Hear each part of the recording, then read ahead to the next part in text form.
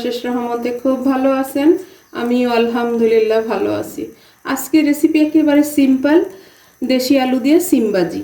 একেবারে ছোট যে আলুগুলা, এই যে এখানে আমি 250 গ্রাম আলু এভাবে চিকন চিকন করে কেটে ধুয়ে পরিষ্কার করে রাখছি, সিল্কা সহই কাটছি, একদম ছোট ছোট তো এর জন্য। আর এখানে 250 গ্রাম সিম সম পরিমাণে নিছি। তো এই ভাজিটা কিন্তু আমরা সবাই এই শীতের মৌসুমে রান্না করতে জানি, তারপর আমি আমার মতো করে দেখালাম। তো এর জন্য এই যে একটা কালো কুচকুচে কড়াই বসাই দিলাম। এখন এখানে আমি 2 চামচ তেল দিয়ে দিব। বিসমিল্লাহির রহমানির রহিম।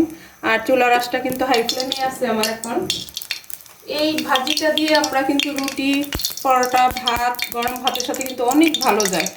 তো এখন এই পর্যায়ে দিয়ে দিব আমি ছোট সাইজের 3-4টা পেঁয়াজ কুচি। আর পেঁয়াজ কুচিটা একটু বেশি দিতে চেষ্টা করবেন, তাহলে এই ভাজিটা খেতে অনেক টেস্টি হয়। যারা সবজি পছন্দ করেন তারা এই ভাজিটা একবার হলো করে দেখতে পারেন, আশা করি নিরাশ হবেন না, ভালোই লাগবে। আর যদি একটু ভালো লাগে তাহলে আমার চ্যানেলটাকে সাবস্ক্রাইব করবেন, লাইক করবেন, শেয়ার করবেন এবং কমেন্ট করবেন। প্লিজ আমার ভাই বোনেরা আমার পাশেই থাকবেন। এখন দিয়ে দিব আমি স্বাদ মতো লবণ। এখন দিব সামান্য একটু হলুদ গুঁড়া, 1 চামচের 4 ভাগের 1 ভাগ।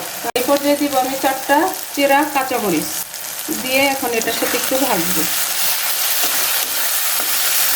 যারা ফেসবুক পেজ থেকে দেখতেছেন তারা পেজটাকে লাইক, শেয়ার, কমেন্ট করে দিবেন প্লিজ আমার ভাই বোনেরা।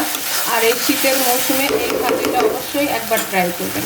এখন আমি আলু, সিম সব দিয়ে দিব, দিয়ে একটু মিশাই দিব।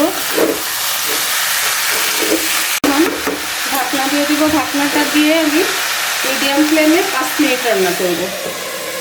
আমার 5 মিনিট হয়ে গেল। মাশাআল্লাহ, দেখেন লুকটা যেমন, সেন্টটাও তেমনি আসতেছে। তো প্লিজ আমার ভাই বোনেরা আপনারা অবশ্যই বাসায় ট্রাই করবেন। এটা কিন্তু গরম ভাতের সাথে অনেক ভালো লাগে। আর যারা খাইছেন তারা তো জানেন এটার টেস্টটা কেমন হয়। আর একেবারে অল্প সময়ের মধ্যে কিন্তু হয়ে যায়। আমার নতুন রাঁধুনি, নতুন প্রজন্মের যারা আছেন তারা অবশ্যই এই শীতের মৌসুমে এই দেশি ছোট আলু দিয়ে সিম ভাজিটা করে দেখতে পারেন। এই যে অলমোস্ট আমার ভাজিটা হয়ে গেছে। এই যে দেখেন আলুটা এই যে সিদ্ধ হয়ে গেছে।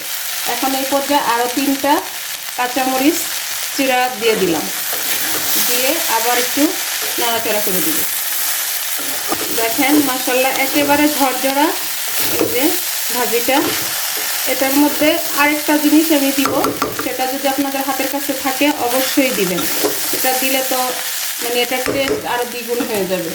এই যে একটা বোম্বাই মরিচ, এটার ফ্লেভারটা যে আসবে সেটা যারা বোম্বাই মরিচ খান তারা বুঝতে পারবেন। এখন এইভাবে আমি 1 মিনিটের মতো রাখবো।